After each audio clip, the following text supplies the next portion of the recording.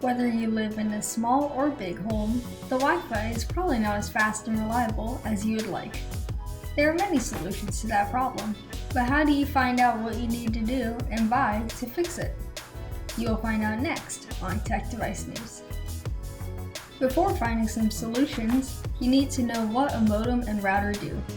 The modem takes your device's digital data and modulates the electrical signal in order to recover the data at the receiving side. The router forwards the data from the modem to the devices that connect to the router. The first thing to think about is where your modem and router are placed.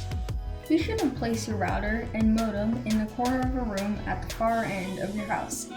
Instead, you should try to place it in a room around the middle of your house.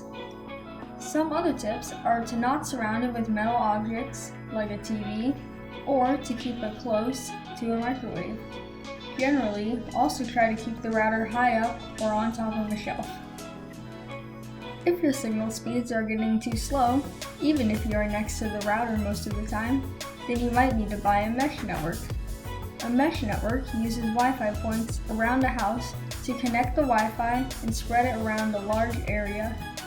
One good example is Google Wi-Fi. It uses pod-shaped Wi-Fi points that can offer up to 1,500 feet of Wi-Fi before using another pod. Wherever you are in your house, the pod will monitor the fastest speeds and connect you to the quickest one. It can also avoid congestion by routing other devices to different pods automatically if it sees that a device will have to use up a lot of speed on another network. You may have heard of a Wi-Fi extender, but don't get that confused with a Wi-Fi mesh network. Extenders offer better range, but there is a noticeable speed drop due to the fact that it's only adding range, not speed. If you follow some of these tips, you should notice faster Wi-Fi.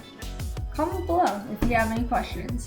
Also, check out my last video too about cables and USB Type-C.